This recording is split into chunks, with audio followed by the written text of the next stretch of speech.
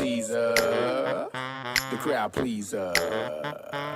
If you need to pick me up, ladies, we gon' change your demeanor. Caesar, the crowd pleaser.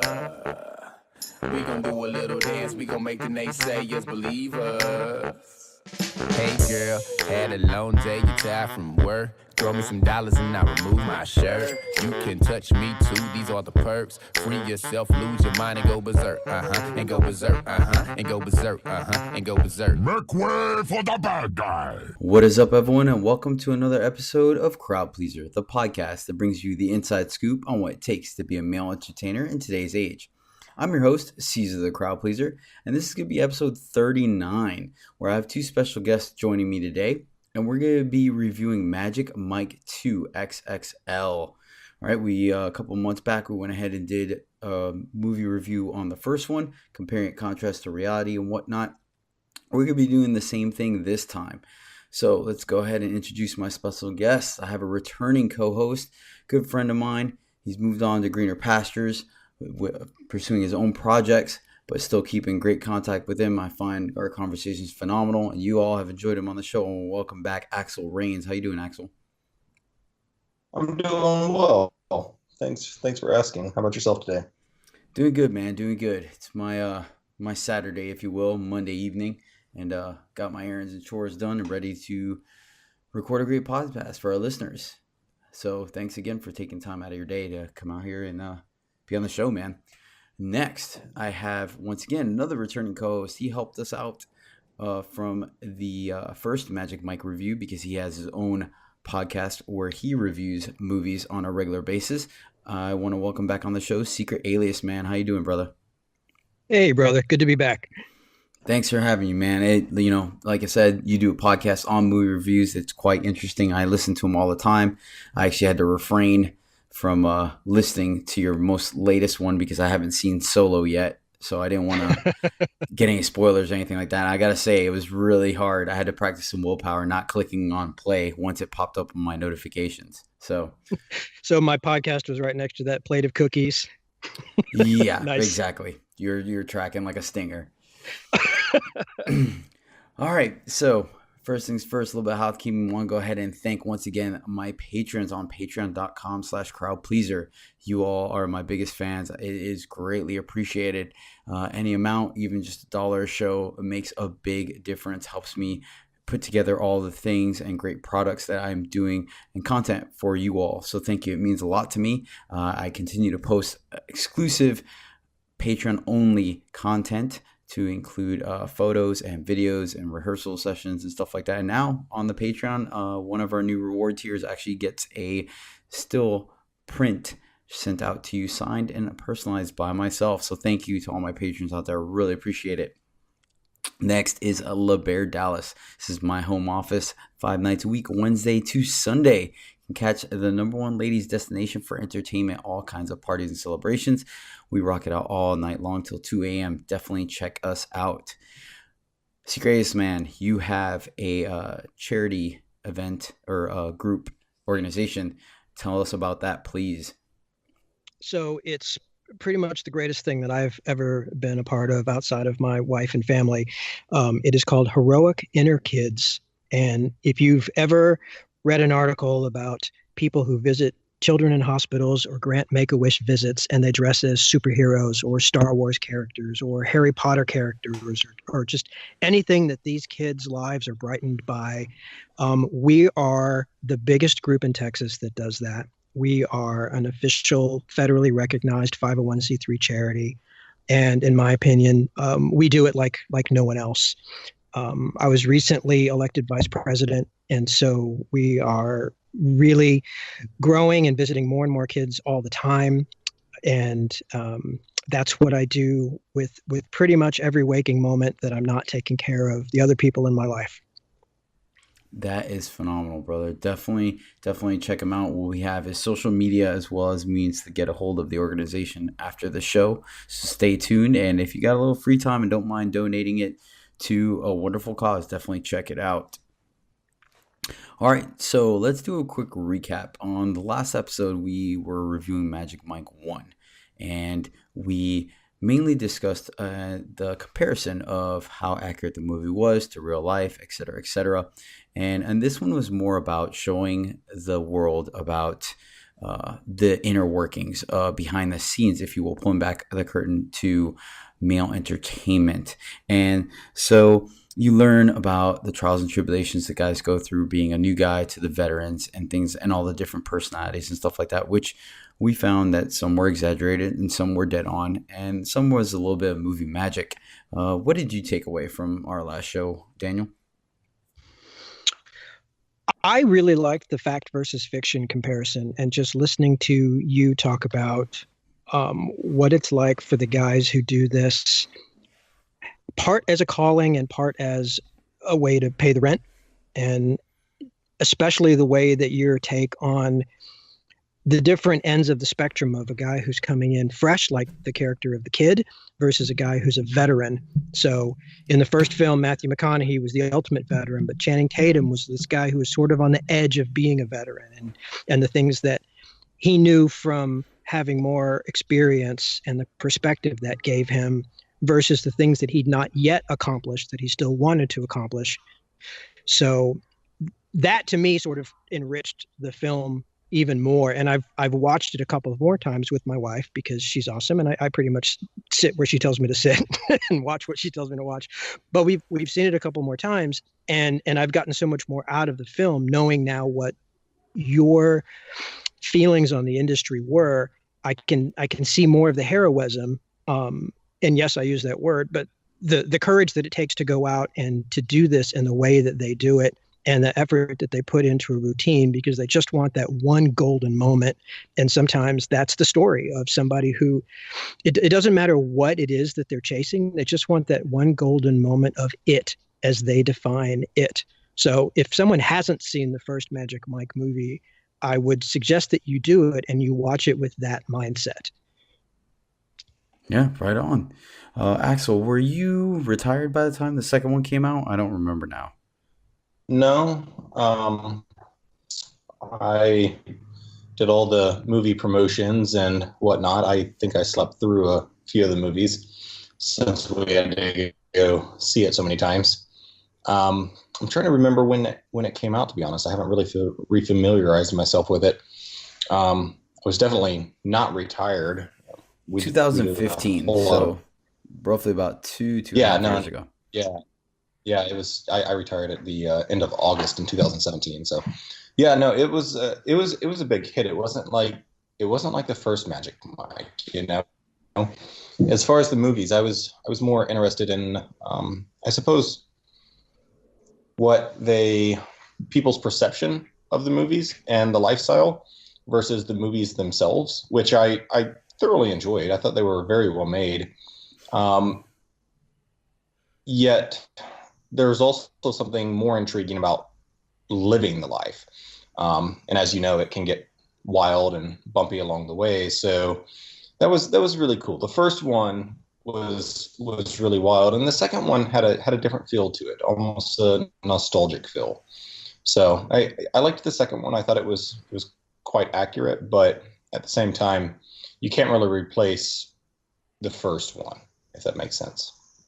Yeah, I agree with you. They definitely went a different direction with the feel of the movie, and I think that was great. It actually just kind of further showed what all is encompassed within the entertainment. So let's go ahead and, like you said, you actually felt like the second one did better. Well, let's look at the numbers. So Magic Mike 1 ended up costing $7 million. Channing pitched it. They kind of picked up the deal, and they ran up about $7 million tab, right? The movie on the U.S. made $113.7 million U.S.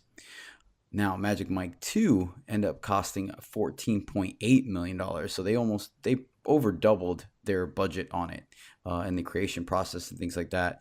And we even saw that in the stage because we were lucky enough to be there for it. The U.S., though, it only made $66 million US, which is a $47.7 million difference on US sales alone. Overseas now, worldwide, it did 167 over Magic Mike 1 did, and Magic Mike 2 did 122 million. So this was a $44 million difference. So significantly, despite the hype for the second one coming out, it actually did significantly less. It was less popular than the first one. Hopefully, that won't be the case for this podcast and our sequel, but we'll see how that goes. And it's interesting to see if it was one of those things of the vibe of the trailer and stuff and how they portrayed the movie being a lot more about the show and a lot more excitement, or if it was just that people had their fill from the first one because it was kind of one of those like taboo things. They've never seen anything like it before, but then once they got their taste of it in the first one, the second one kind of lost its luster. But we're not sure. Daniel, do you want to tell us a little bit of some movie facts on the second one, if you don't mind? Well, for one thing, there was a different director. So in Magic Mike 1, Steven Soderbergh, who is an Academy Award winner for some of his more serious dramatic films, was another reason that maybe a few extra tickets were bought beyond the secret thrill factor. Magic Mike 2, he was an executive producer, but he didn't direct it. That was a guy named Gregory Jacobs, and most of the mass public doesn't know who Gregory Jacobs is. What people don't know is that Steven Soderbergh still did all the cinematography. He just used an alias, and he did the film editing and used another alias, that time as a female alias. So there's still a lot of the quality that's in the second one, but without Steven Soderbergh's name so frequently attached to it. So that was possibly one thing. Another is Matthew McConaughey decided to ask for more money.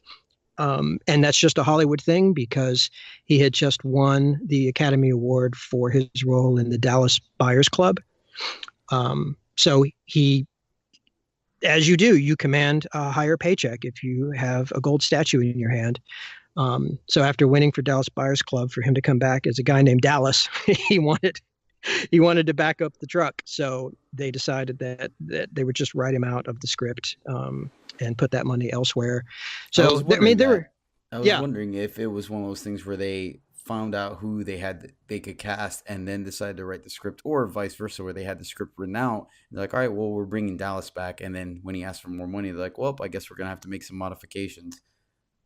Yeah, that's exactly what happened. And you could tell a similar story about Margot Robbie, who won for Best Supporting Actress in The Wolf of Wall Street, and then later on, of course, became famous as Harley Quinn and some other roles.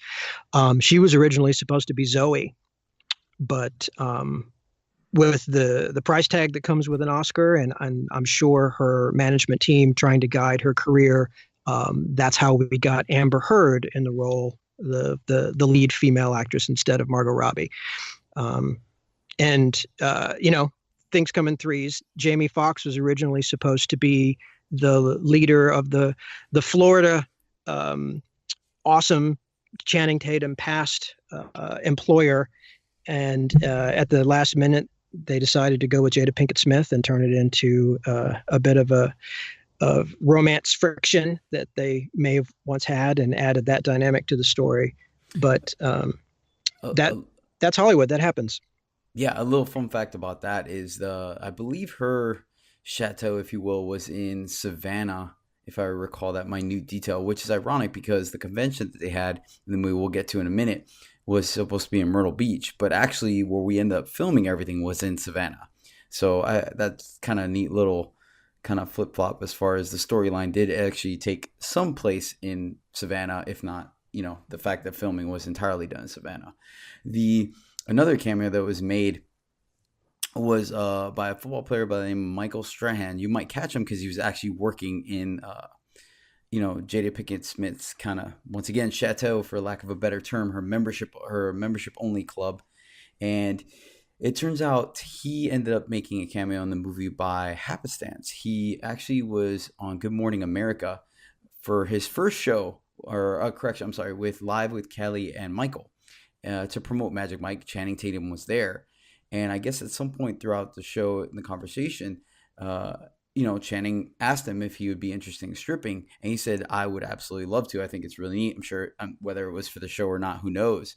But it turns out Channing was took him up on it. He's like, all right, well, if they ever make a second one, then I'll make sure you're in it. And that's how he ended up taking the role of one of the entertainers that evening. Another one is Allison Falk. She was the lead choreographer on both Magic Mike films. I had the pleasure of meeting her and her team, which included Teresa Espinoza and Luke Broderick on the set for Magic Mike 2. And they pretty much were the ones that choreographed the entire dance sequences throughout both films, to include being a part of the grand finale with Channing Tatum and Twitch. Yeah, that choreography really, I think, was undersold. If people realized how they upped the level of the choreography, I think they might have had more success at the box office.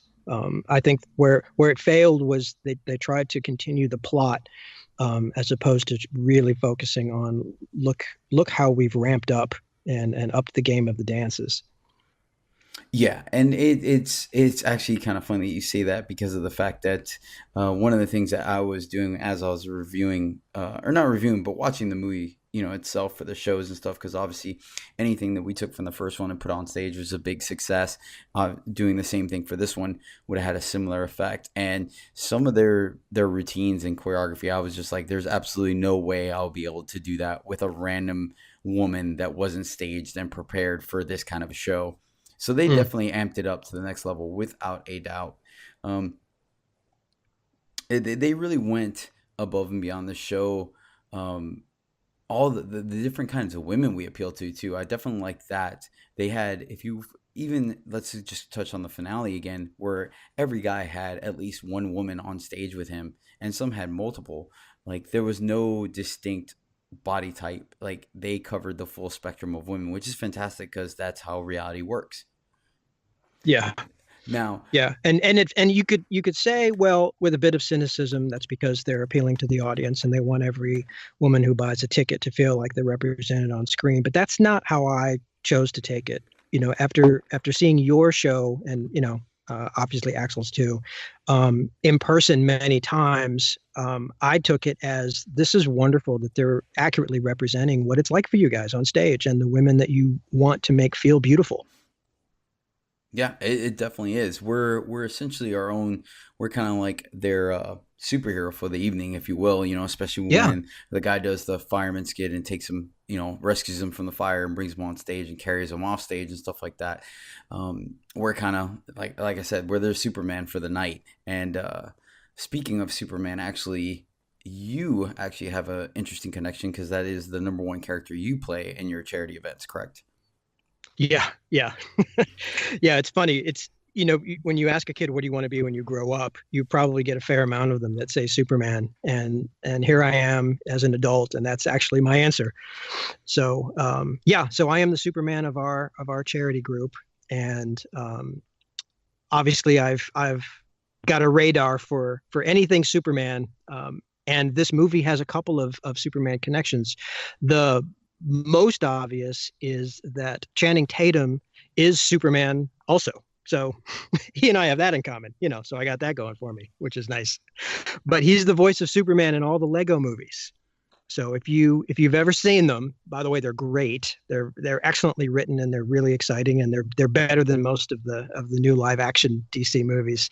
But he's a great Superman. There's a terrific scene where he's having a party at the Fortress of Solitude, and Batman sort of shows up, and it's really awkward because all the rest of the Justice League is there, and they purposely didn't invite Batman. And, oh, hey, you're at the door. This is awesome. Yeah, come on in. So that's all Channing Tatum, that whole awkward voice, but I'm still, trying to play this off. That's all him. The other awesome thing is that there's another Superman in this movie, or at least there very nearly was, in Matt Bomer.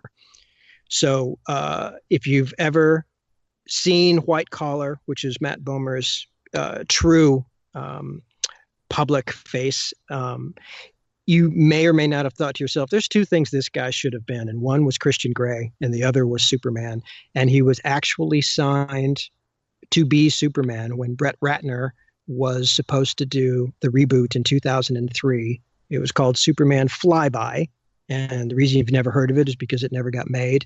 And it was written by no other than J.J. Abrams, who is super famous. Then Hollywood happened, because it does. And Bryan Singer from the X-Men movies took over, and he wanted to do a different story, and he cast a different guy. And the movie didn't come out the way it was originally intended to be, and Matt sort of said, "Okay, well, I'll make my name another way, and I'll continue my career another way." So we very, very, very nearly had two Supermen standing side by side on stage in Magic Mike 2. Which someone would argue with you. I'm sure some ladies will agree with you. The fact that there were 5 Supermans on that stage, but yeah, something for everybody. So we've talked a little bit about behind the scenes actions. Axel, do you want to go ahead and start bringing us up to speed on the overall plot of Magic Mike 2? It's been quite a while since I've seen it. But to actually kind of circle back around to what you both were speaking of earlier, the choreography is immensely better in Magic Mike 2. However, I would actually say that's almost a downfall, that they, as far as the plot and telling the story, they focused on the party. Well, there's plenty of movies out there that focus on partying and a wild lifestyle, etc. And given it had a good story to it, however, focusing on a lot of the down points or the struggles of being a male dancer is sometimes the most interesting perspective that there can be. And I feel like they actually missed a lot of opportunities to show the comedy and what can happen, such as, I remember doing, the shower act before, and some girl tries to climb in, or another girl climbs up on stage and, just tries to get in there with you. And I think it would have been so funny and appropriate in the movie if, even in the opening scene when Pony comes on and you have Channing Tatum doing his dance and, a board comes loose on the workbench, and like a fall or something. But it's so true with girls. When you bring somebody on stage who's totally random, totally new, you don't know what's going to happen. You don't know how it's going to go. And there's always something that's going to go wrong. And sometimes focusing on those struggles could be more interesting than focusing on the partying, because there's plenty of movies of that. But as far as the story goes from the whole movie, to my recollection is, it basically starts off with the fact that Channing Tatum's character, Magic Mike, has proposed to his girlfriend and gotten turned down, and then the rest of the troupe says come to death of, was it a death for Dallas? Was that it? No, yeah. So they as a joke they claimed that Dallas was dead and to come to the wake and whatnot. It ended up being just an excuse to get Channing there because we're staging the time frame 3 years later down the road. Channing has kind of left the troupe and he's got his own life for as far as they know and things like that. And they want to, at the very least, just kind of see him because they're on this, vision quest, if you will, to kind of have the last hurrah, because now they understand that with Dallas gone, selling the club with the kid, they have to come up with something else to do with their lives. They have to move on. And for a lot of them, they weren't necessarily prepared for it. They might have had something in mind, something in the back burner, like, yeah, eventually I'll get to it. But now the timing of it has kind of been forced upon them. So they want to buy a little more time in the industry by doing this trip to this convention, which a lot of people are expressing is kind of dumb and this and that, but they feel like it's the biggest stage they'll be able to perform on. And so and through that journey, they do end up showing some more behind the scenes stuff. I feel like a different take on it. I know they expressed, some of the guys' personalities with their routines not necessarily meshing up with the personality that they actually have and being a little more of themselves on stage and things like that. What other details can you add, Daniel? Well, that's one of the things that I liked about it is any movie, and especially a sequel, faces a challenge, which is you have to show some growth in the characters. And when Channing showed up to the group, he was in this awkward position of he had been invited on this trip, and he had been invited for a purpose because they were looking to him for some leadership. And the thing that he saw was that the guys hadn't grown. And so he was trying to convey that stagnant is going to kill us because that's what stagnant does. But at the same time, he knew he was stepping on some feelings. And, Ken was still mad that he left in the first place. And so he's trying to do what's best for everyone to get them to grow. But at the same time, it's hard. And so he had to find a way to navigate that. But some of the best scenes in the whole movie are when the other guys try to grow. And they're each trying to grow in different ways. Some of them are trying to grow by finding a woman they can spend their life with. Other guys are trying to grow because they've never stepped out of the 2 routines that they've ever done. And he's encouraged them to, what if you couldn't do those? Like, what would you come up with? And they've got, 2 days to compose entirely new routines. And so I think we can all relate to that, whether it's in our jobs or our life, of like, what if I had absolutely no time to do something, and it was one of the biggest things I ever had to do? We know that feeling, and that's a hook that hooked, and it worked for me. So I really wanted to know, can these guys do that? Yeah, it covers quite a bit on as far as like yeah. So in the first one, I feel like they emphasize behind the scenes, but everyone's very much a group and everyone's on the same track. Versus this one, like you mentioned, they show everyone growing in different directions, and it also has an underlying thing where the guys are somewhat envious of Mike because of the fact that he got out and did what he said he was going to do, and none of them have been to that point yet. And we even go into the background of like talking about Ken, how he actually just wanted to start singing and be an actor and just fell on, paying the bills through stripping and things like that. And so through this journey, like it's one of those things that we find everyone's still looking to Mike for answers and like guidance, but at the same time, he's envious of them because he realized that the real world wasn't exactly how he planned it to be.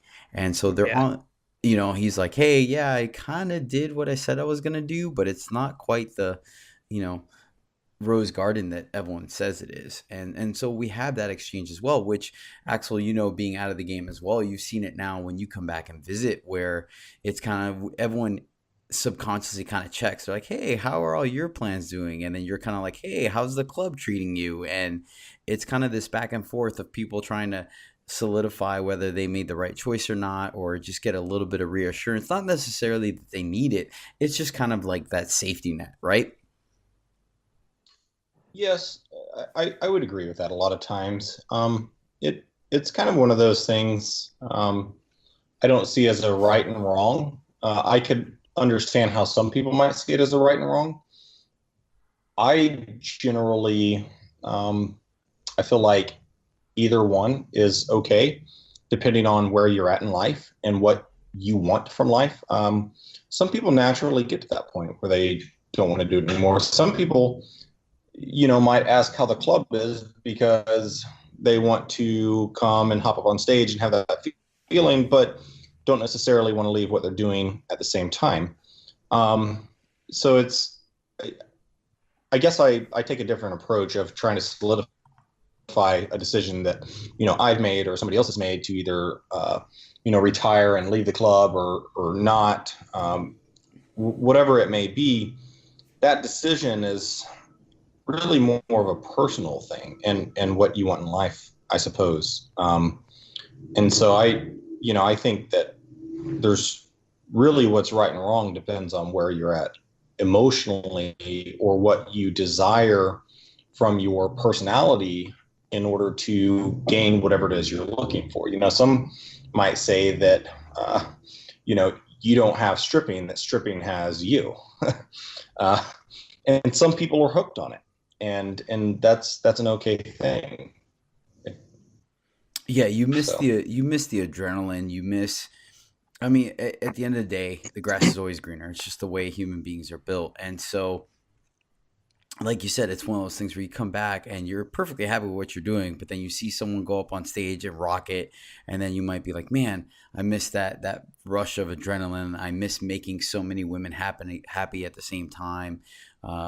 I miss expressing myself creatively, especially if your dreams kind of involved a more, maybe not quote unquote office job, but something a little less exhilarating as being on stage in front of a bunch of screaming women and things like that. And so there's Well, when you say it like that, let me ask the both of you a question. Is there such a thing as an ex stripper? man, I don't really, I don't think so. And for multiple reasons. I think one, it's you never are like just a stripper. Obviously, like people will tell you that all the time. Strippers will say that, and um, people in the industry will say that. Our fans will say that. So it's just kind of another aspect of your personality and your who you are and things like that. As I've discussed many times, people call doctors doctors, they call lawyers lawyers, police officers cops, etc. But that's not all they are. And the other thing is, like I said, once you might, we say you retire from the business and things like that. But a lot of times, like we just had a gentleman that was out, he's been in and out of the game for decades. And he came out to have his retirement party and absolutely murdered it on stage. And despite maybe he might have not necessarily looked the part, but his stage presence and charisma was still very much alive in him and on that stage. And it was very easy to see it. What's your input on it, Axel? I if you to imply that there's such a thing as an ex stripper, that would be to imply that somebody becomes a stripper. I think a lot of us in the male dancing industry are kind of destined to go that route. I mean, you have to really want it a lot of times, and it really takes a unique person to weather all of it, or at least weather it in a decent manner. And so, yeah, I really feel like it never really leaves you. It's kind of like saying, is if a salesman moves on to a different job, is he no longer a salesman? Or is, if a trader in the stock market takes up a different job, well, is he no longer a trader? Well, probably not. It's more in your blood than anything. And so you can't really take that away from somebody. Well, and I guess that's the reason behind my question, because you have to separate this profession from some other ones. Because if you were going to ask a musician, could you ever not be a musician anymore? He'd say, well, I mean, I might not do it on stage for thousands of people, but I'm always going to have music inside of me that wants to come out. And you could ask the same question of a writer or an artist of any type. And I see this profession in the same way, because the creative fire that you have to have in order to be great at this, I really can identify with the struggle that Channing Tatum has, in that he still has this creative fire. Even the furniture business that he's gone into is a creative expression of his. And so I think what he goes on inside of him that the audience gets to see is that there's not really an off switch for that, but you just have to make choices in life. And that's the subtlety of the storyline here that I appreciated. So that's why I asked, is because if you're the type of person who has that fire, that you chose this profession, is it even possible for you to one day say, I no longer have that? One of the I think context comes into play as far as that's concerned as well, because let's touch on the analogy or the comparison you made to a musician, and there is some overlap there, and I like the fact that you did say musician. So you said there's that creative fire that you have to get out, correct? And Yeah. so if a musician, let's say they work in a symphony or in a band or anything like that, and they quote unquote retire 3, 4, 10 years down the line, if they want to, they could still pick up that cello, pick up that bass, pick up the drumsticks and play. And it might satisfy them. And now here's the flip side where it differs, and from male entertainment, is that, like you saw in the movie, when he started dancing in his workshop, Yeah. he was dancing, he was enjoying himself, but at the same time, like I feel like he towards the end when he just kind of stood there laughing, like, what am I doing? He Yeah. realized that that was only part of it, because yes, you can kind of get a small feel of your showmanship, but it's still showmanship. So without an audience, you're missing a large aspect of it. And that's where like it kind of goes back and forth back to your musician thing. Some musicians might be perfectly okay with just playing their instrument and they're content. Doesn't matter if they're playing for themselves or 1,000 people. And there might be others that they miss that rush of hearing the crowd, you know, applause their creativity, or seeing the crowd sway to their rhythm and things like that. And so that's where the entertainment aspect and the fire to create a performance is still always there, but it are you going to be satisfied without the crowd there to kind of give you that feedback or be that monitor on stage? And so I think that's kind of the realization that he had. We're like, yeah, I can still dance whenever I want, but you know what? It's not the same as when I'm wowing a crowd and making women giggle and just be outside of themselves. Yeah. Well, I and think that go ahead. Well, I was going to say, I think those are really astute observations. And something I wanted to bring in is with really creative entertainers, people that have been there for years who have a desire to create. We know that I'm not the best dancer, but I do feel a need for creativity. And something that I think follows most dancers and what could plague them after they try to leave or exit the scene is that they don't understand that in order to leave that, they have to leave into something that can allow them an outlet for their creativity. So if you're going to go into business, then you need to be able to do some creative things. And maybe that's in a struggling company or something else where you can show your creativeness in order to find solutions that are typically out of the ordinary, because that follows suit for most dancers. And, if you're going to go into any other job, really, you need to have a foundation and basis to understand that whatever creativity can be found in every aspect of life. And it just depends on what you want to do. And you have to make sure you do it legally, such as I have an accounting degree. Well, if I wanted to go do accounting creatively, that's usually considered fraud. So you need to be able to go into a business or whatever you do, but understand that without that outlet, you'll start to suffocate. And you can always find the audience if you're creative enough, I suppose. And that's just a personal opinion. No, it's and that kind of gets back to Channing Tatum's character, because he had found that, he thought, in his furniture business. But then there's that heartbreaking scene where he's got the one employee, and all this employee wants is to take care of his own family. And to do that, this poor guy needs insurance, health insurance. And Channing isn't in a position where he can give him that. And he wants to be, with all his heart, he wants to be, but he just isn't. And, he doesn't want to be that guy. He doesn't want to be that boss. And so he knows that when he gets on this bus and goes to Florida and reunites with his old buddies, they're going to ask him about his current life.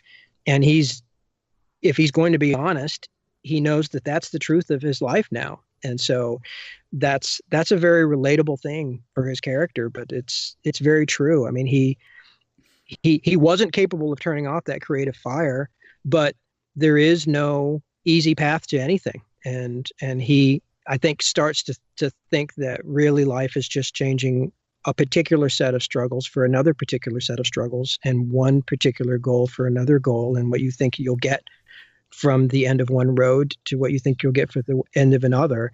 And in that way, I think the metaphor of the road trip was really profound, because Channing had reached the point where he knew this road trip isn't going to solve my life, but it is going to give me, I think, a bit of closure, and knowing that if I truly, truly hit the pinnacle of one stage of my life, then I can I can take that feeling of success and I can parlay that into fully committing to the next phase of my life. And I think even for a guy who watches this film, there's a lot that's there for us. If we can shift gears a little bit, so we've been focusing on kind of the transition that the guys are making between real life, retirement, and the world they surround themselves. But there's also another side to this, which is, if I can steal a quote from Donald Glover in the movie, he says, "We're surrounded by women whose men don't even ask them what they want. All we have to do is ask them what they want, and they tell us it's a beautiful thing. We're like healers or something." He says that when he's talking to Matt Bomer in the car. And it's great that they kind of zone out on that, as far as, kind of taking a moment to meditate on it, because of the fact that that might be something else they could be missing. For example, Axel, you're a writer now. And I think one of the things you would like to see when your books are published and read is you want to get that reaction from people. You want to see how they felt. And there's nothing more direct, I feel, than they said it right. We're healers, and you could see it when someone's having a less than great day and they come into the club, and you can change their day around, whether it's complimenting them or dancing on them or putting a friend on stage or putting them on stage. And there's a certain reward or satisfaction out of that not every job in the real world, quote unquote, can give you. And obviously, Secret Ace Man, you mentioned it as well, that you learned a lot from the film. I mean, you've mentioned you have a wife, you go out and you see various children's and stuff through your charities, and you do the same thing. You heal them emotionally. So, oh yeah. And so what did you get from that line? I mean, I don't know if that line stood out to you or not. It did to me. Oh, it very much did to me. And there's a direct parallel with what I do, because you have to be able to have the empathy for another human being. That's the basic criteria. That's the prime directive of what you're doing, is you have to be able to know someone else, if I gave them this thing, would be very happy. And then you make the decision, I want to give them that thing. And I'm going to not in any way feel what other people might consider to be embarrassment about it. I'm just going to do it because the only thing that I'm thinking about is the happiness of another human being who lives on this earth with me in the limited time that we all get. And that is reason enough. And that's the only reason I need. And that's the reason that I can put on a red cape and red boots. And that's the reason that you guys can do what you do. And that line, I even wrote it down in my notes. Like, that was one of the outstanding bits of writing in the film. So, Axel, being a part of that process with people, you and I shared very much, we just overlap quite a bit when it comes to that, because we pay attention to people. We're known for our conversations, both in and outside the club. Like, was that something that kind of stood out to you while you're doing it? And if not, maybe once you stopped and retired, like, just the ability to, like, regardless of what mood you were in, you made someone else happy and you can get something out of that. Well, that's an interesting question, because I have a slightly different perspective when it comes to things like that. I just think that I'm really selfish. And to give a little analogy for that, if you've ever heard the story of Abraham Lincoln, well, he was riding across town and it had rained and it was all muddy. And there was an old lady who was trying to get across town. And so he stopped and got his boots muddy as he went out and helped her get into his carriage. And then they took her across town and dropped her off. And afterwards, his carriage driver asked Abraham Lincoln, well, why did you do that? You got your boots muddy, you got your carriage muddy, we weren't even going this direction. And Abraham Lincoln said, well, I'm selfish. And the carriage driver said, what do you mean? And Abraham Lincoln said, well, I wanted to feel good about myself, and I wanted to feel like I had done something good today. So I took the woman across town. Now, that's not to directly get into an argument of, is there such a thing as altruism or anything else, but you really can't beat the feeling of knowing when somebody comes into the club and you know they've had a bad day, you know they feel bad, And it's so easy to put a smile on their face, and it's so easy to make them feel better. And you can see that, and you feel so good about yourself, which is funny because even though I acknowledge that I feel like it could be a selfish act, it still makes me feel good. And I love being able to help people. I love, you, in order to really feel good, you really have to have empathy for how bad the person feels. And who they are and what's going on in their life. And you have to care about them. If you don't care about them, then why would you care if they feel good or bad? And so I think that's something that you're really known for as well, Caesar, is you really care about the people that see you. And having that basic understanding of relationships and basic understanding of caring for another human being on this earth, no matter who they are, is probably one of the most important things that I could tell anybody. And that's not always prevalent among all dancers. But still, that's a really beautiful thing when it comes to dancing. And so, yeah, that to go full circle, that line definitely stuck out to me.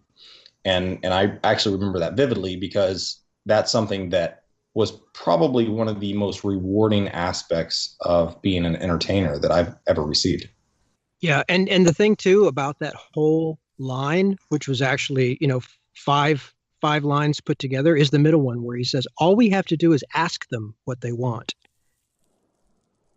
And Exactly. if you think about just that one line and how anyone can do that, anyone can ask another human being a question that is appropriately similar, and you can help them. You can, if nothing else, be someone who in that moment has cared enough to listen to their answer in a real way. So I love that line. Oh, I fully agree. And being a dancer, once you've been a dancer for long enough, what's actually even more beautiful is that really all you have to do is ask them what they want. But once you've been a dancer long enough, you actually sometimes know what they want before they know what they want. And being able to give somebody that when they don't, if you asked them what they want, they wouldn't actually know. But because you've done it long enough and you're intuitive enough, being able to give somebody that without them asking, that's a really, really beautiful thing. Yeah. And that's something that I think people should appreciate about what you guys do, that it's the law of anything. If you watch someone who makes something look easy, it has taken them years of struggle and practice and theory and learning and more practice and more struggle in order for them to have made it look that easy.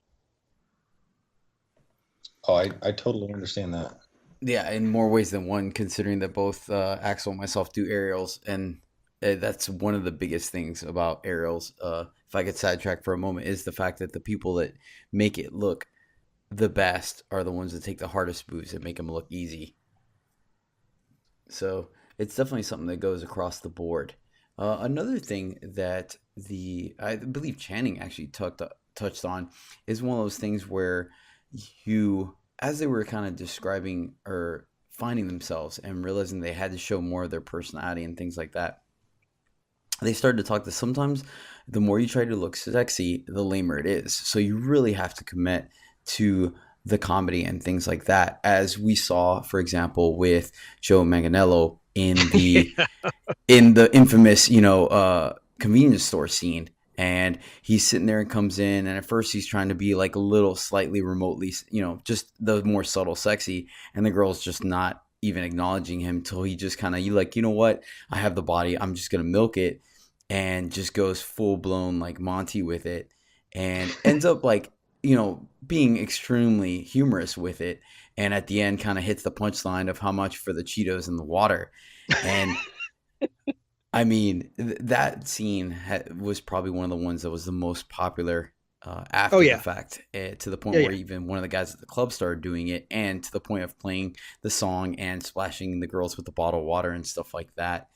But it's part of it. That is part of it as well. If you can make them laugh, that's a good way to have the women feel more comfortable and realize that you're a human being, not some unachievable sex god and things like that.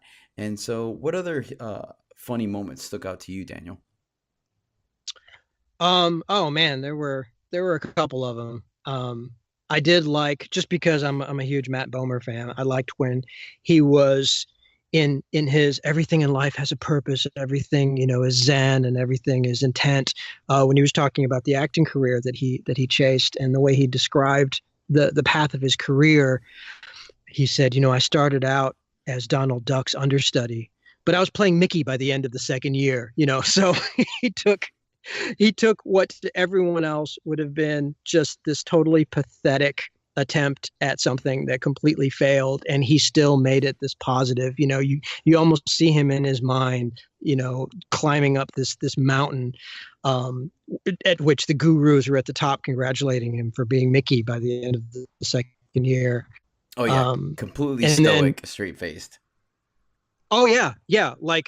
But the thing I liked about it is again, although his character was a bit annoying, much more so than in the first film. I think they went a little far with his spiritualism and such. But I did like the fact that he was totally committed to life is how you see it. And if this movie was supposed to be about different people's viewpoints, his was very, very clear. And when he got to the mansion in Florida with all the women who were still feeling unappreciated, and he stood up and he started to say, well, you're a goddess. And every word of that speech that he gave to that woman, in the real world that we live in, where guys will spout any pickup line for the sole purpose of getting laid, when Matt Bomer told that woman that, you're a goddess, you believed every word he said and everything that he told her about a man should worship you. You really believed that he really felt that way about her and all women. And in that moment, I truly appreciated who he was, despite the fact that he had, to me, one of the funniest jokes in the whole movie. Second, maybe only to Joe Manganiello's Twilight joke of, effing vampire BS at the other dancers who are out there milking the Twilight phenomenon, which is, funny to us movie buffs, because obviously Joe is an actor who plays a werewolf on True Blood.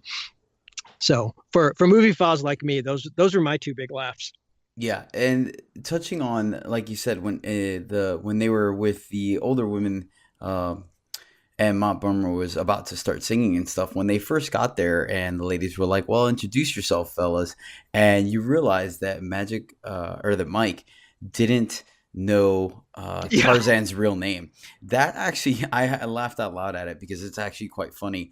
It's a lot more real of a detail than one would think. There have been several times where women have approached me and said, "Hey, is so and so here?" And I'm like, "Is that a waiter? I don't know who that is." They're like, "How do you not know who that is?" I'm like, "I've never heard that name before." And then they'll tell me the person's stage name, and I'm like, "Oh," and they just look at me like it's the weirdest thing. I'm like, "Look, so and so has responded to so and so for as long as I've been here, and they've never told me otherwise. So like, I never felt the need to know a different name." So that small little detail that most people just kind of brushed off as probably like scripted humor was actually a lot more real than they let on. And what's funny about that to me personally is because I spent so much of my middle school years and early high school years desperately wanting a nickname. And ladies, in the world of guys, you can't give yourself a nickname. That's lame.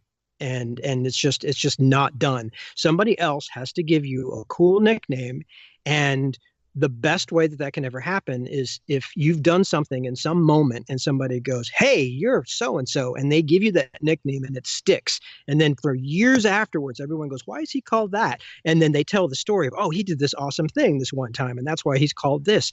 And so you get that glory of that moment where you got that nickname, and you can walk and strut around it because you can like, "Well, I didn't give myself that. The guys gave it to me. I'm really super humble." And so I never got one in all of my middle school years and in all of my high school years, even a couple of times when I tried to sort of sneak one into conversation to see if it stuck. It never stuck, so I never got one. And so to watch the scene now of these guys who that's what they have. They have these nicknames that they gave themselves, and everyone just accepts it. Like, "Oh yeah, sure, he's Tarzan. He's Tarzan." You know why? Because he's Tarzan. We don't need to ask. He's just Tarzan.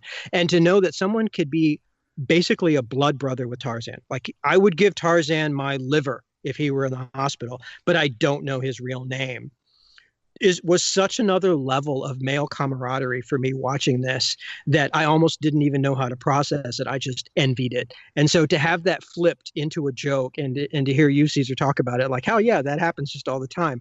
That's just so amazing to me, but on such an awesome level that all I can do is smile and go, wow, just wow.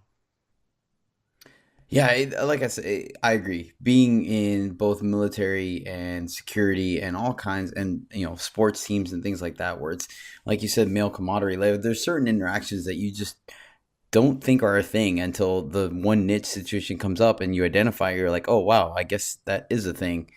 And you were talking, he's Tarzan because of Tarzan, and you have people, they might not necessarily, even fans, when they leave the club, might not remember your name, but they'll remember the routine you did or something special, like, oh, you're the fireman and this and that. And you start to kind of fall into that kind of persona like Joe showed. And that was another humorous part where they were kind of freaking out about letting go of their routines for new ones, because even Joe in that scene was like, look, I don't even like fire. I'm terrified of fire. But they're like, why have you always done fireman? He's like, well, I mean, that's what I do. And so there was a certain level of comfort when you do a routine over and over and over again, and you might be able to absolutely murder it every time you do it. Like, it's just, the bee's knees. You go out there, you're the best fireman the club has ever seen, and this and that, and you can do it on autopilot. But then you fall into this trap where it's like, hey, why don't you try making a new routine? You're like, but why? I like this routine. I don't do anything else.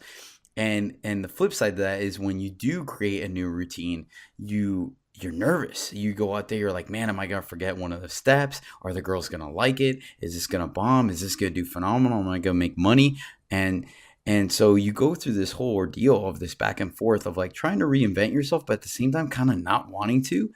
And it's something that I've done, 13, 15 plus times. But Axel, you actually did it, I believe, at least twice before you ended up leaving. I remember for one of your birthdays, you hired me to make your tribal routine for one of your birthdays. But after that, you created your own acts to include one to replicate the workshop scene from Magic Mike. So tell us a little bit about like that, like the comfort you had doing the surfer versus, and then like trying to adjust and create acts that you enjoy doing.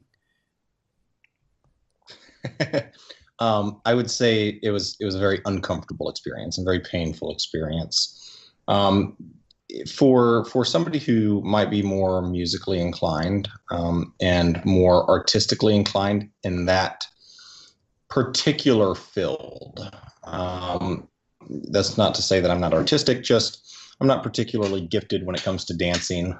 As many people know, I had no idea how to even do an 8 count when I first started, and it took me like probably 8 months to even be able to clap on beat, which was pathetic enough in itself. But it was very rewarding by the time my career was winding down to be able to choreograph something like that. And as you said, you choreographed the first act for me, and it was nerve-wracking to do. But then also, if that wasn't enough, trying to do one myself and one that fits me. It's not that Surfer didn't fit. Surfer was easy. Surfer is very comfortable. I could do Surfer literally, and I probably had a few nights like this where, I didn't even remember going on stage. I'd had drinks all night and was partying it up with some customers, and just go out on stage and somehow I do fine. And my silk instructors would kill me if they heard me say it, but same thing with the silk. Somehow I could do that. That routine is just ingrained. It's muscle memory. There's no thinking involved. It's merely action. If I could interject just for a second on that, it is that I think it has to be one of the funniest things that constantly occurs, which I don't believe they touched on either Magic Mike movie, but watching the guys when they've had a few too many drinks go up on stage and perform is absolutely hilarious, because in their heads, you might even get lucky enough to catch them after and be like, yeah, I totally think I killed my stage today. but like they're late on moves, they're early on moves. They think they're just totally giving this girl the most sexy stare down possible, but actually they're kind of wobbling. It is absolutely hilarious. And that's one of the benefits of always being sober is I just sit there and see it. Like yeah, I just can't tell you how many times, especially doing fashion show, which I won't incriminate anyone, but I've seen a guy spin like way too early, and then he's just kind of standing there for a good 2 counts until everyone catches up with him. Oh, it's so good. It's so good. All right, please continue.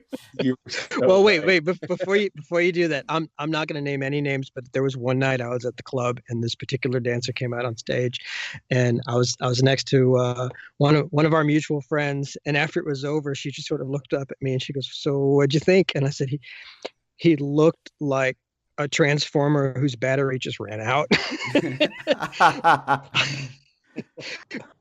Because yeah, I mean, there was that sort of delay, but at the same time, that heroism of all the body postures, and it was a bit like a space transmission. Who just like there was a delay of getting to the audience and getting it back, but he was completely unaware of it. So yeah, I know exactly what you're saying. Yeah, so maybe you haven't always performed acts up to the sober standard, and I'll own that. But something I will say is creating your own act feels amazing. It's an artistic thing that when it fits your personality more, it's a beautiful sort of creation that you can take pride in order of saying, hey, look what I did. But incidentally, I never ended up doing either of the acts, just a whole lot. The Grinders act that I did, I liked it more once I made it into a solo act. The only problem with it was that with girls on stage is you never really know what they're going to do. And that's part of the problem with Magic Mike 2 as well. You never know what they're going to do. And when you're pushing a girl around on stage in a chair and you don't want her to fall off the stage or something else. And so it was one of those, really, if I was going to do the act and be comfortable, I needed to have a girl that I knew would basically play along and not act out while she was on stage. Yeah, no, it's definitely very much something that you have to take into consideration. I feel we've touched on a lot in this podcast is just the fact that like people would think it's awesome if you could do this and you could do that and you could do this, but it's when you have the random factor of the woman's body type, the woman's sober level of sobriety, the kind of choreography that you're trying to attempt to do, what she's wearing. There's so many factors that go into play. I mean, it happened to me last night, or not last night, Saturday. They put a bachelor up on stage, and at some point I normally like to lift the girl up in the air and then eventually carry her off stage. Well, this girl was wearing a skirt that was practically painted on, a dress that was practically painted on, so her legs couldn't go anywhere. And so if I was just so hell-bent on doing it, I would have either lifted her skirt up past her waist or just freaked out. And instead, I just ended up modifying the choreography a little bit. And yeah, it lost a little bit of its oomph, but it's one of those things I couldn't account for. And if I had choreographed that into the routine, like I have to do this with this girl, like that could definitely pose some problems. And it just adds to the pre-stage jitters, if you will, of like, oh man, I wonder what kind of woman I'm gonna get tonight. Is she gonna try to steal the show? Is she not? Yeah. So, I will say that's probably one of the most impressive things that I find about male entertainers is the level of improvisation that you have to have on such a short notice is astounding. I mean, it's really amazing. On like 5 nights a week, there is so much that's improv. You would never know it, but it is, and it's really pretty cool. yeah. Oh, for sure. The man, it's like you said, I can't really come up with a better word than that. It's just the improvisation, because you never know what's going to happen. Not even like on stage, just even when you're collecting your tip time, like what women are going to do. You almost lost a pair of expensive underwear one time because people just felt like it was okay to entirely rip them off of you. And so you kind of have to play it by ear and see what happens in the lion's den, if you will. The Another speak of improvisation, another thing that was a byproduct of Magic Mike and the last part of it.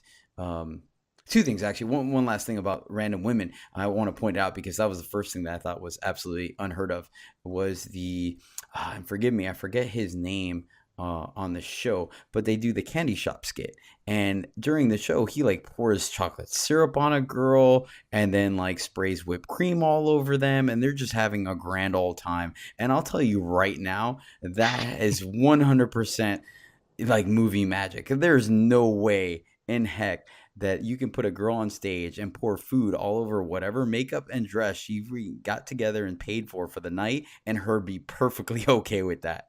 So that is just 100%, movie magic. I mean, even Jax and I put together a version of that for the stage, and he has a hard time on a girl simply just taking the lollipop out of his hand with her mouth. So I couldn't imagine just sitting there spraying whipped cream all over girls. But hey, that neither here nor there. The other thing is excuse me, I just lost it.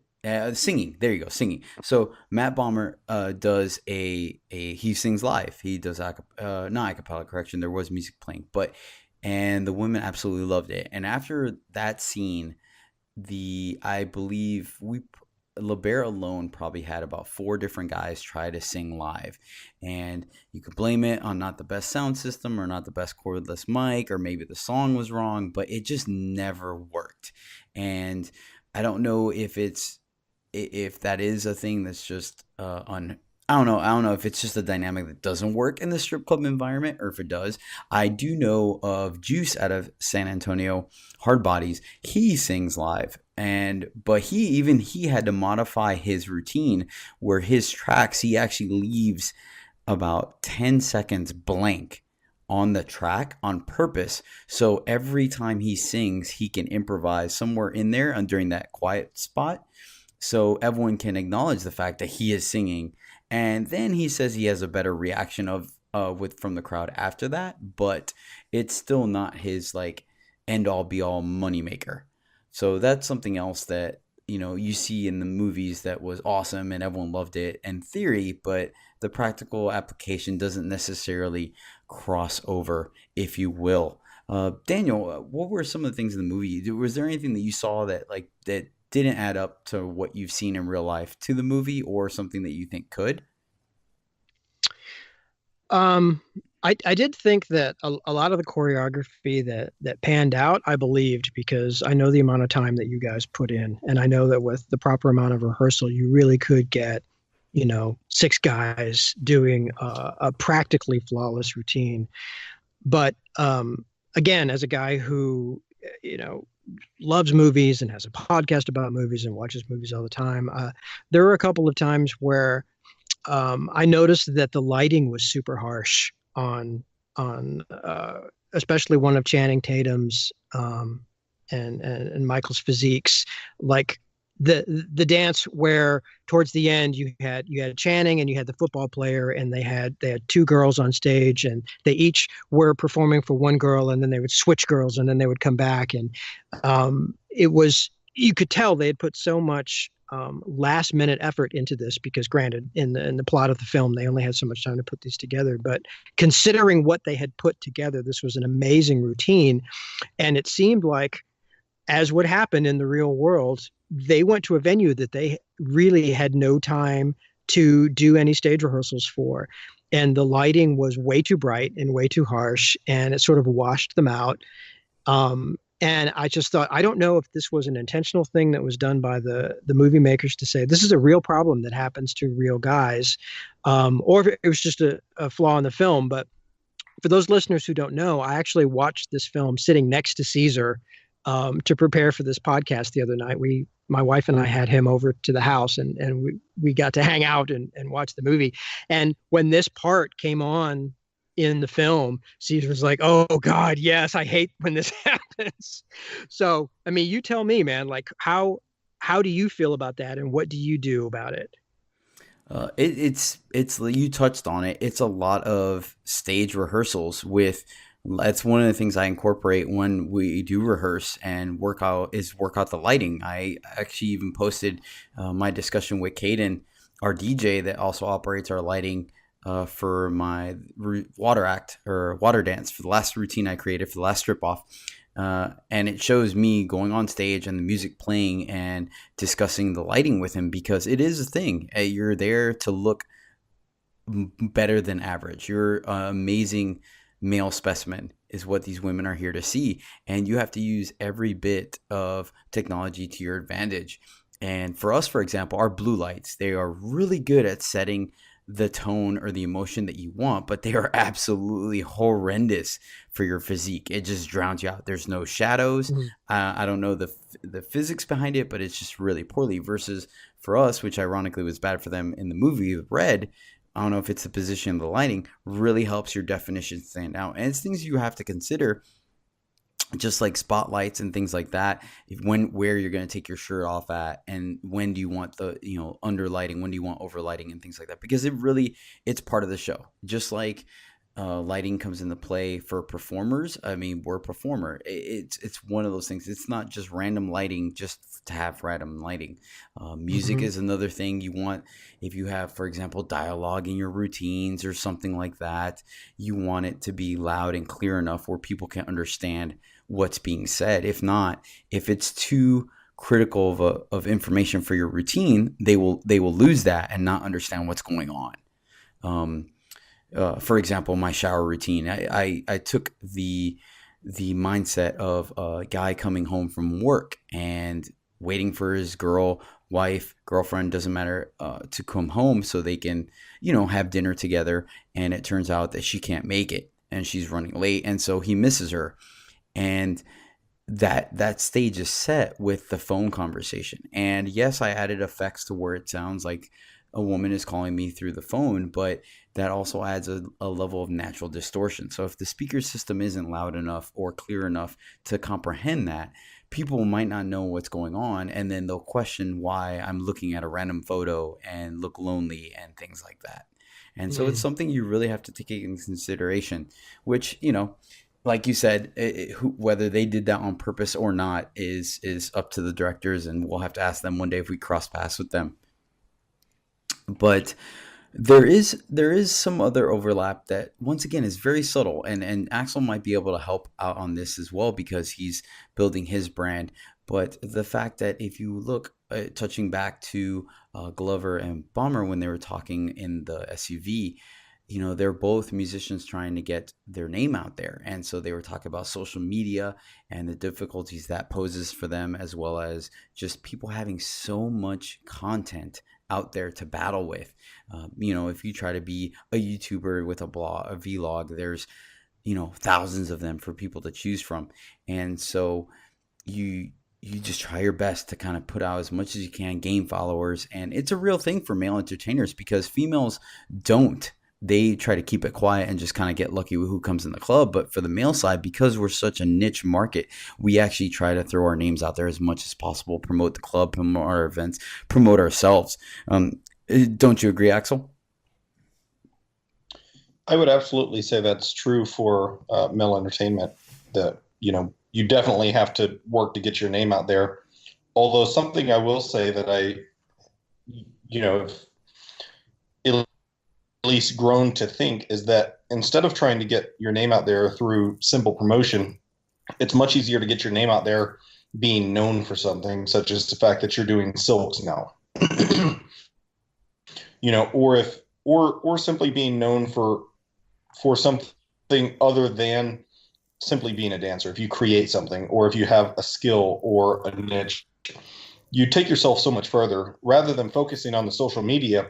By focusing on adding skills that are impressive or people find to be entertaining or impressive, then you get a lot more success that way versus simply trying to target followers and build a brand, through simple social media growth. Yeah. Okay. Daniel, do you have anything to add on the social media? Yeah, I think I'd agree with that. That if you have one thing that is really interesting, you're much more likely to be successful. And that's just the way that it is. I have a friend that has a service dog that's an emotional support dog. And in the cosplay community, when my friend, when she wants to go to an event, she'll bring her dog. And at first, she just brought her dog, but then the day it occurred to her, she thought, well, what if I put a bit of a costume on my dog? That'll be kind of cute and that'll be kind of fun. And everyone just went totally bonkers over the fact that this dog had this costume on and was perfectly fine with it. So here you have this little dog, and he looks like Magneto. And he just sits there and he's like this dog Magneto. And there were so many pictures taken, and they got on Instagram and it blew up, and they got on Facebook and it blew up, and they got on Twitter and name your social media. And everyone was like, look at this amazing dog. And so she did it again, and she did it again, and she did it again. And let me tell you that the Instagram account for Merly, which is Merly, Merly the cosplay dog, has about 100 times more followers than I do, because it's this really interesting thing that a bunch of people smile about. And so I can imagine that that's just true. And that's just one of these sort of laws of nature of social media, that it happens. So when people tell other performers like, well, this is your thing and you have to stick with it, I kind of get it. Like, I kind of get why, what's his face that did the Achy Breaky Heart, that had the mullet, and that's the dad of the girl that's all messed up. Like, he had that one look, and he had to keep that look because that was his thing. Like, that was his dog that dresses in costumes. And you can somewhat get trapped by that, and at the same time feel very fortunate that you even found it, because there are so many people that don't. The truly fortunate creative person is somebody who can find that one thing. So for Caesar, like, I really enjoy watching your new silks routine, and I know that you over the last year have put in so much dedication and so much focus into your silks. And I truly hope that that becomes one of the things that you're known for. But I also know you, and I know that you're not a one-trick pony, and that you will have another thing that you want to do, and another thing. And I think the ideal thing for a creative person, like an actor or a director or a writer, is that they get known for someone who can have that next enthralling performance and that next thing that you just trust them because they're capable of it, and they've shown you that they're capable of it.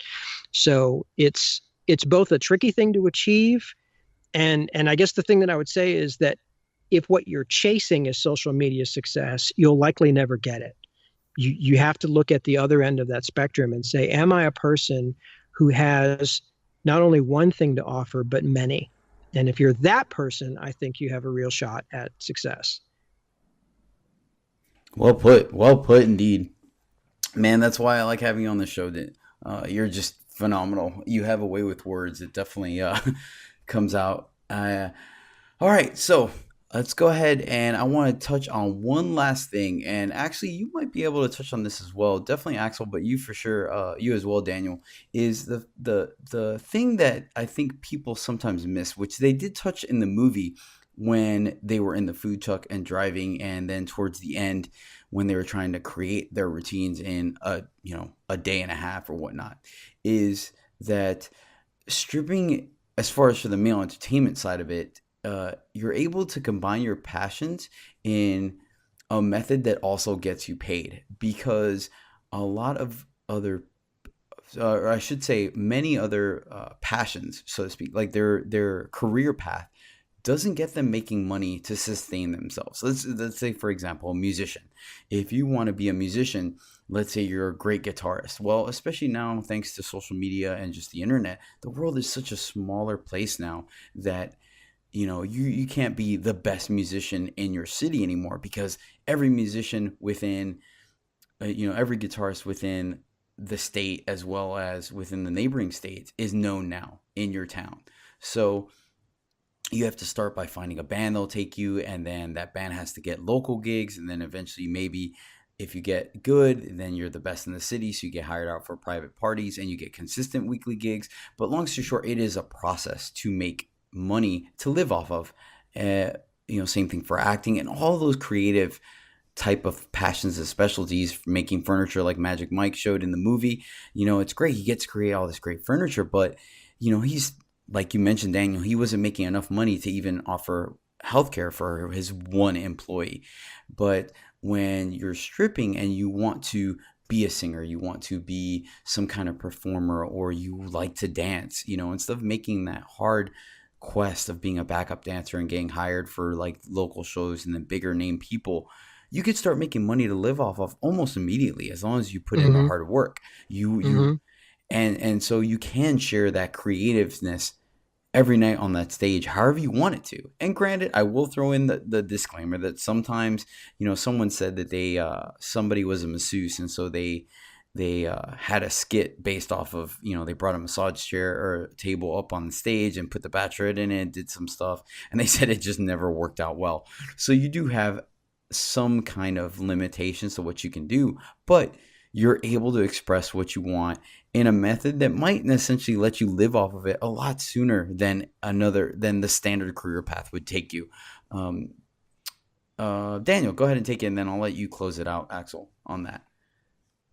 Yeah, I would agree with that, because there's the well-known syndrome of being the starving artist, where somebody is following their passion, but it's not something that can sustain them. Whereas, what you're describing is something that can sustain you. And the true upside to that is that it buys you literally the time to pursue your passion in the way that you have decided for yourself you want to. And if not this particular passion, then it affords you the ability to pursue another one. And that's something that is a gift in life that's hard earned, but it's still something to be appreciated. Excellent. Axel, you got any closing statements, brother? I would absolutely agree with that. It takes a bit to get some momentum when you're getting off the ground as far as being an entertainer, but it really affords you a freedom to explore the things that you want to explore, such as the fact that I've written quite a few books, and none of them are published currently, but I did it during the time that I was dancing because I had the time to do that and the financial resources to do that as well. And I've been able to undertake quite a few other financial endeavors that I never would have been able to do financially, but also I wouldn't have had the time in order to research and in order to put myself in the position to be comfortable pursuing that. So that's a real benefit. Yeah. It's interesting that I mentioned that Caesar and I watched this movie together, and at one point he sort of leaned over to me and he says, what's great about this movie is the thing that puts all these guys together is they all want to do something else. Yeah. And I thought that was really poignant. Certainly. It almost feels like strip clubs, as far as the male side, I guess on the female side as well, is just kind of the central hub for travelers. Everyone comes in essentially with a very similar idea of like, yeah, I want to make money and I want to make girls happy and this and that. But we end up leaving in so many different directions, i.e., I'm trying to retire. I want to travel the world and go back to school and learn a billion things because, like you mentioned, I'm always moving on to the next thing. Axel became a writer and is looking at other investments of his own and things like that. Our owner of the club, left the industry, or left not dancing to become an owner. And so you see that, and they do a really good job of that in the movie, especially, when they're in the campfire, that kind of nostalgic, and you see Joe talk about his great idea. And then later on, when we're with the ladies in Georgia, I believe, or North Florida, when Tarzan was like, hey man, I just want a family. And in the car when Bomber's talking about being an actor and singer. And so you see all these different things that you're like, wait, like through a natural course of life, these guys would have probably not necessarily met them at all. But then all of a sudden, because they just all ended up being entertainers, they're kind of I feel like there's a good like kind of organizational motto type word for this, but they're kind of like their differences bring them together. Mm-hmm. And so and you meet some great things, i.e. how I still keep in touch with Axel and I met you and stuff like that. And even though all our lives are down different paths, we still can overlap and see the connections between us. And I think it's absolutely phenomenal. And it's great that they touched on that in the movie. And also I think just to close out our whole discussion of both films and the journey that all of the guys in the movies took is that at the end of this story, if you've watched these movies, you've gotten to know these guys as people. And you realize that they're not replicants that are on stage performing like robots, that they have actual choices in life. And when they choose to come out at night and make you smile because they want to, then that means something.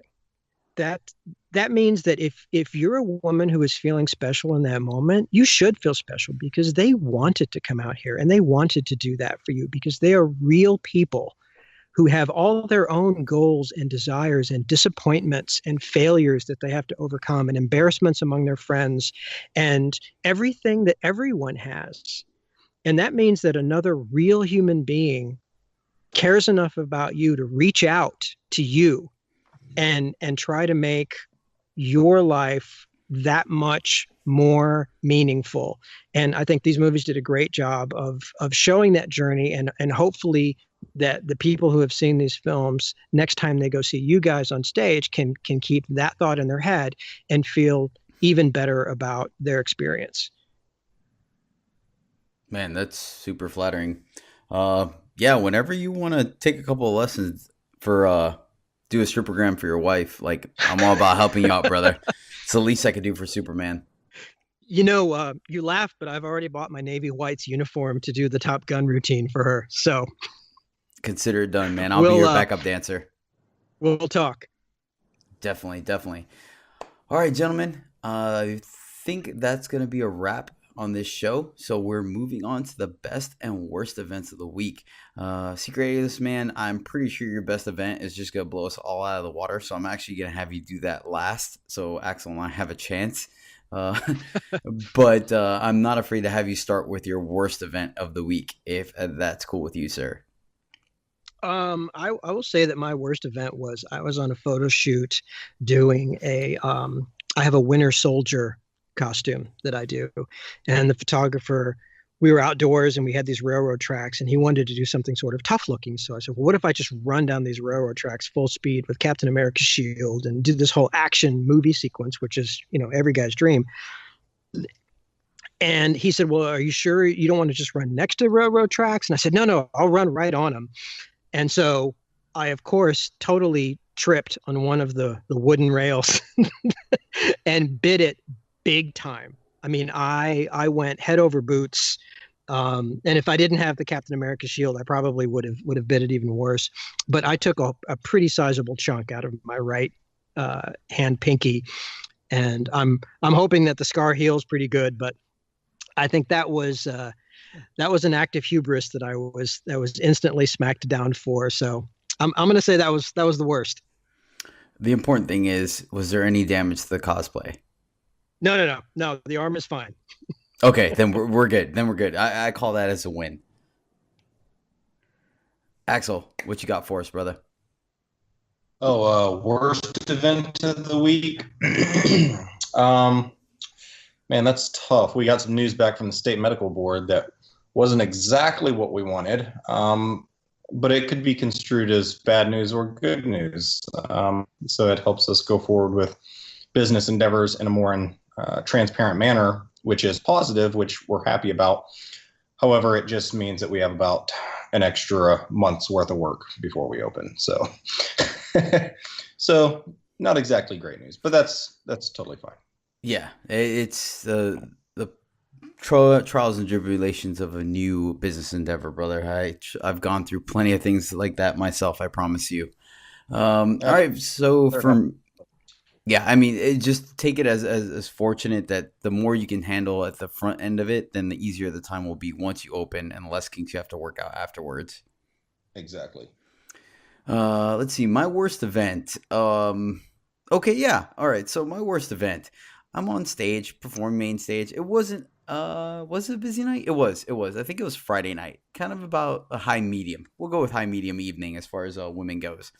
And I'm on stage performing. Comes down to tip time. I've made eye contact with a handful of women and stuff like this, and front left stage, high top. Ended up looking at them. They were smiling, but decided not to get up. That was perfectly all right. You start going through tip time, collecting, and I ended up taking a knee towards the front of the stage with this one individual lady. I was giving her my time and attention. She was tipping me. Everything was going great. And I just happened out of the corner of my eye to look, and one of the ladies from that aforementioned high top walked up to the stage and threw something down and walked off. And initially, I just thought she threw some money. And I was like, okay. And I typically try to say my thanks to everybody. I know some women don't care for the interaction, stuff like that. But I at least like, hey, let me give you a hug or thank you. So as soon as I'm done, obviously it was a quick 10-second interaction with the woman in front of me, maybe 15 seconds. As soon as I go to look up at her to get her attention again, my eyes come across what she threw on stage. And I noticed that it wasn't money. So I look and there's this like just black ball of something on my stage. And I'm like, that's a little odd. So I go ahead and grab it, and it looks to be like a black rag. And then I'm thinking for a second. I was like, wait a minute, we had a cowboy in front of me, and the cowboy rips his black tank top off on stage and then throws it at someone. So then in my head, I'm like, wait. This lady just tipped me or just decided to use my main stage as an ashtray and like give me back the entertainer before me's ripped shirt. I'm like, I really couldn't comprehend what was going on, nor did I just couldn't figure out. Like, I had no idea. So, like, my natural instinct was just to throw it at her. So I threw it back at her, like, no thanks. And it ended up hitting her in the back of the head. Not hard, but it was a ragged tank top. So it whipped around and, like, smacked her in front of the face. Once again, not hard, but it was enough for her to be like, what just happened? And her friends just started rolling. And I immediately just went on to getting money from receiving my tips and saying hello to the other people that appreciated my performance. But I was just later on, I laughed at it, and I think they got a good chuckle at it and stuff. But it was I think she might have actually came up and gave me like $1 and like, sorry. And I was just like, I mean, once again, I wasn't mad. I just had no idea how to compute that, and I was on main stage, so I couldn't sit there and contemplate it. But I would have to say that's probably my worst event. It was a really good week, so I can't really complain. But that was just enough to throw me off of like, I don't think I deserve another entertainer's sweaty cologne covered or ripped shirt on my stage. So yeah, that was my thing. Since Daniel's gonna go last, Axel, what was your best event of the week? I would have to say it was going to the river yesterday. It sounds kind of funny, but being up here in Arkansas, it's really nice being able to go to the river and swim. So I take my fins and my mask, and then I dive down. I found like several fishing poles, and I even found a guy's phone that was in a waterproof case. And I mean, you're diving down like 20 feet or so it's not too bad. But it's really, really nice, kind of getting away when you don't have cell service or anything else. And I would have to say that's something that's really, I don't think I appreciated enough for quite a while. So that would be mine. Yeah, no, you definitely need a break. I tell people all the time that you have to have your mandatory fun or scheduled vacation because you just need it. It's good for the soul, it's good for the mind, good for the body. So good. I'm glad you were able to get that out. Me going once again to work. I actually had a strippergram. It was on a Sunday, believe it or not. We don't get too many of those. Probably about a 1-to-8 ratio as far as Friday and Saturday versus Sunday. But I had one. It was a doctor. And I said, sure, I'll do it. Why not? You and I sat down one day and kind of refined the doctor skit. So I think we got a pretty good one going, Axel. So I was like, sure, I'll take it. I went out to the event. I actually was early, but ended up being late because I think there was a number wrong in the address or something like that. But I ended up being parked outside. I'm like, well, I don't see a lot of cars out here, and this house kind of seems like there was nobody home. So about 2 minutes up, I went ahead and contacted her, whatnot. She's like, no, it's the wrong address. You got to come down about a mile. So I went there, And as soon as I walk in the door, turns out one of the girls, not the bachelorette, was a nurse. So she started to kind of haggle me a little bit as far as just, oh, well, you better be certified. Like, I'm going to be checking and this and that. Da, da. And I told her the truth. I was like, look, like, if you got a common cold or the flu or your knee hurts, like, you're out of gas, I won't be able to save you. Now, thanks to my military training, I'm like, if you have, like, a tension pneumothorax or need a crike or, a carotid or artery tear or something like that, I can save your life totally. Like, if you're about to die, I got you. And she was already like, ooh, I'm going to like this guy. So I go through the skit, and it ended up being a phenomenal strippogram. Like, I'm not even gonna lie. It was about 10 ladies, and they had an absolute blast. And ironically, the two girls that were talking the most smack ended up being the most awkward once I got to dancing on them, which is always very rewarding for me. I know you can relate to that, Axel. Kind of a passive way of being like, yeah, that's time to put your money where your mouth is.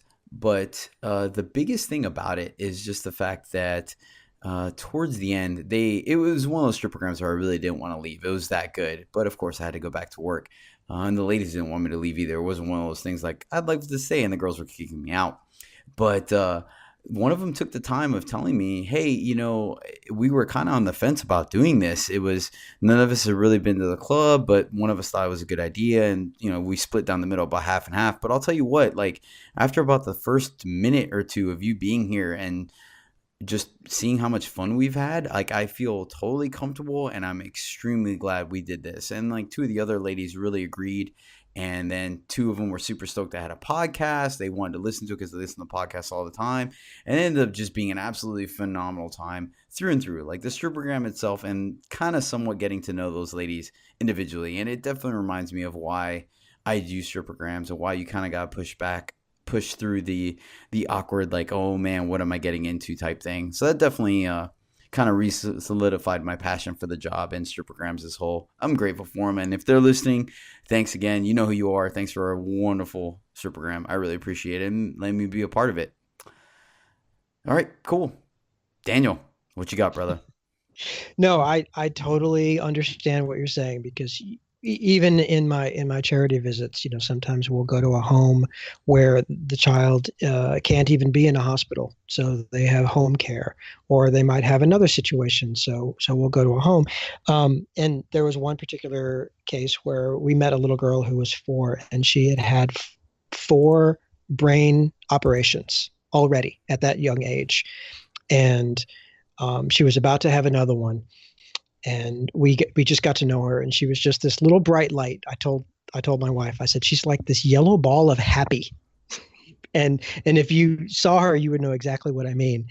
And she had that last operation that was upcoming, and I can happily report that they got all of the tumor. So she beat the tumor, but That's awesome. There was a price that was paid, and the doctor had told them in advance that there's a danger of this. And what it was is that to get the tumor, they had to release pressure from the optic nerve. And in doing so, she lost her sight.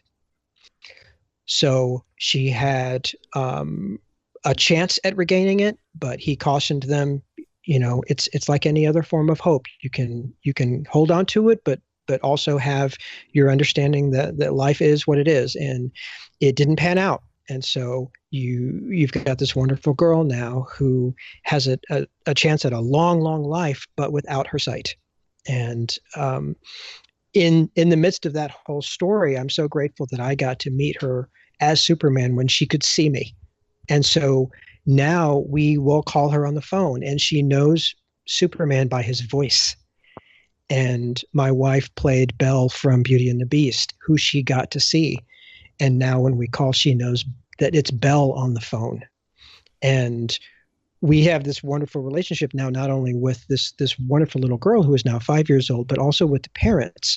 And it's been a real meaningful thing for us, because we realize it's not just children who go through things, it's the parents of these children. And we've gotten many messages from the parents who have said, you mean so much to us, because as the parents, to see our child happy, there's no price tag you can put on that. And when you guys come to our home, which we've done since then, and to see her smile and to see her hold your hand, knowing that she's holding Belle's hand, is everything. Like it's literally everything in all caps.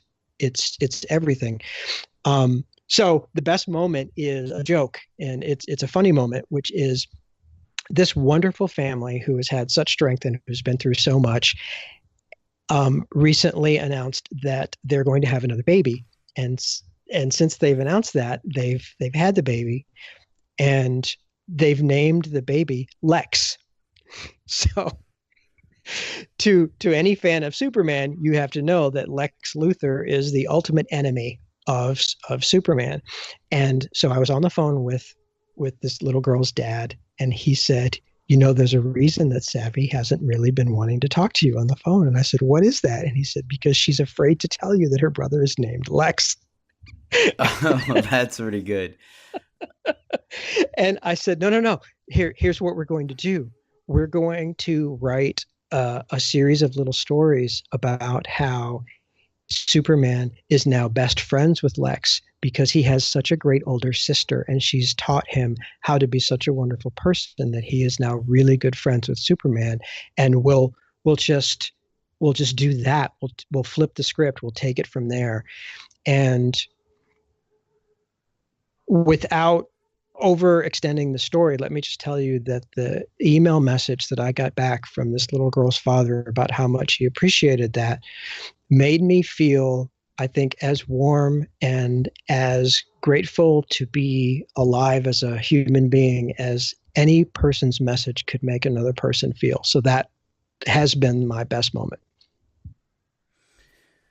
Yeah, like I said, you were gonna pretty much knock us out of the water. So way to go, Secret Alias, man.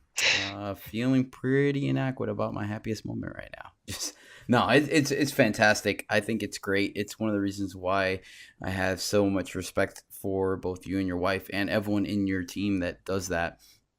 It is absolutely wonderful, and I definitely think just as a cool thing.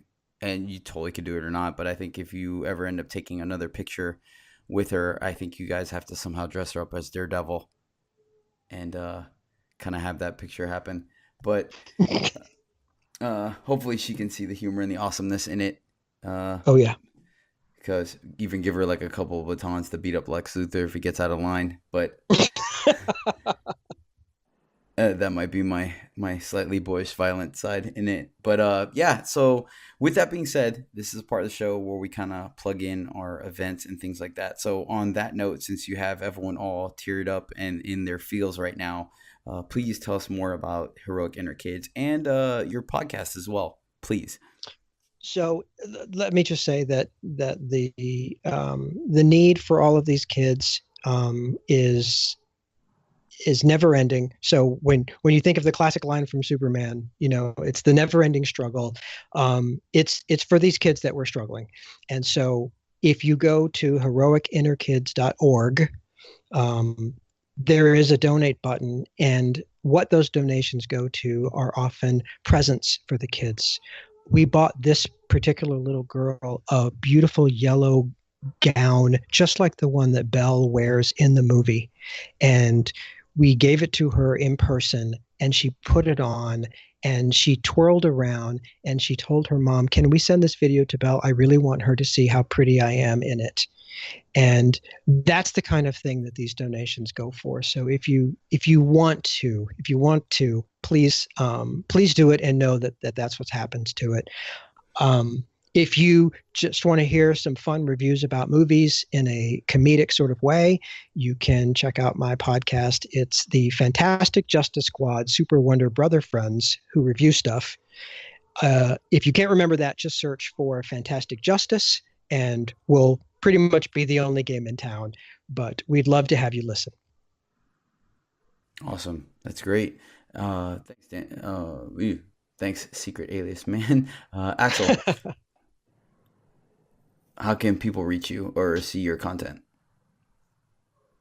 No, I'm just at Axel Rains at pretty much all social media content. So Axel Rains should be sufficient for Twitter, Instagram, Facebook, anything else. Awesome. Sweet.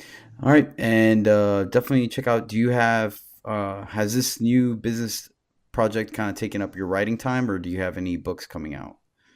No, it's pretty much taken up my writing time. I've been focusing on building a platform, like we talked about with social media building.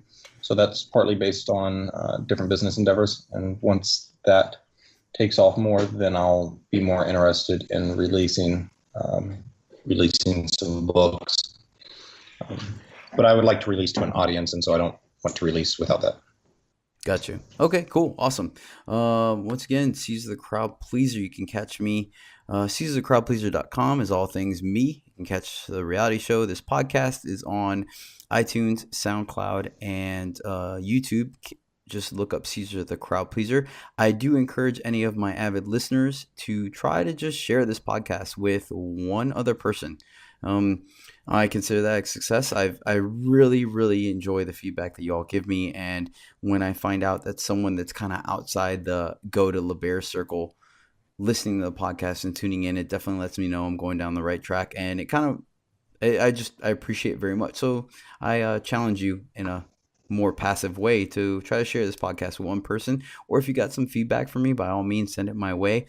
Catch me at Facebook at or I guess Cesar Goyazo, CesarCollazo. Then Instagram and Twitter, I am Caesar LeBear7. Event coming up. We have the Sexiest Man in Texas coming up July 20th. It's a great event. One of our best strip-offs. We have guys coming on suits, nightwear, bathing suits, and coming up with new routines for that event. The other thing, kind of piggybacking a little bit on Secret Alias Man's phenomenal charity that goes on year-round. I do a charity, the Red Charity event, August 17th this year. It is a school supply drive. I encourage you to dress in red and come out with any kind of school supply. We aim for elementary school kids, so backpacks, paper, pens, folders, all that stuff, crayons, glue, safety scissors, everything, you name it. We will take it. Last year, we were able to fill up an entire SUV with supplies. And let me tell you that the staff of the elementary school was absolutely taken back by how much we donated. So hopefully we can try to maybe even double that this year.